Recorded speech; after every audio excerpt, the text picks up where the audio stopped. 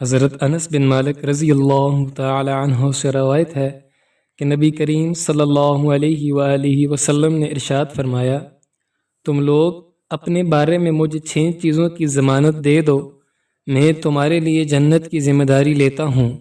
Number 1، جب تم میں سے کوئی بولے تو جھوٹ نہ بولے۔ نمبر 2، جب وعدہ کرے تو وعدہ خلافی نہ کرے۔ نمبر 3، جب کسی کے پاس امانت رکھی جائے تو خیانت نہ کرے۔ نمبر 4، اپنی نگاہوں کو نیچے رکھو، یعنی جن چیزوں کو دیکھنے سے منع فرمایا گیا ہے ان پر نظر نہ پڑے۔ نمبر 5، اپنے ہاتھوں کو ناحق مارنے وغیرہ سے روکے رکھو۔ اور نمبر 6، اپنی شرمگاہوں کی حفاظت کرو۔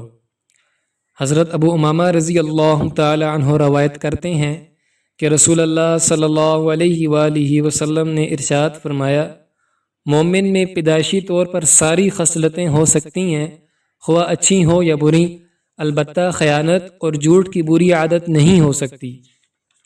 حضرت عبداللہ بن عمر رضی اللہ تعالی عنہما سے روایت ہے کہ رسول اللہ صلی اللہ علیہ وآلہ وسلم نے ارشاد فرمایا، اللہ تعالیٰ کے ذکر کے علاوہ زیادہ باتیں نہ کیا کرو، کیونکہ اس سے دل میں سختی اور بے حسی پیدا ہوتی ہے، اور لوگوں میں اللہ تعالیٰ سے زیادہ دور وہ آدمی ہے جس کا دل سخت ہو۔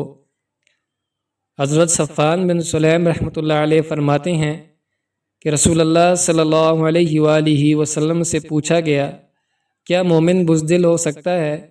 آپ صلی اللہ علیہ وآلہ وسلم نے ارشاد فرمایا، ہو سکتا ہے۔ پھر پوچھا گیا، کیا بخیل ہو سکتا ہے؟ آپ صلی اللہ علیہ وآلہ وسلم نے ارشاد فرمایا، ہو سکتا ہے۔ پھر پوچھا گیا، جھوٹا ہو سکتا ہے؟ آپ صلی اللہ علیہ وآلہ وسلم نے ارشاد فرمایا، جھوٹا نہیں۔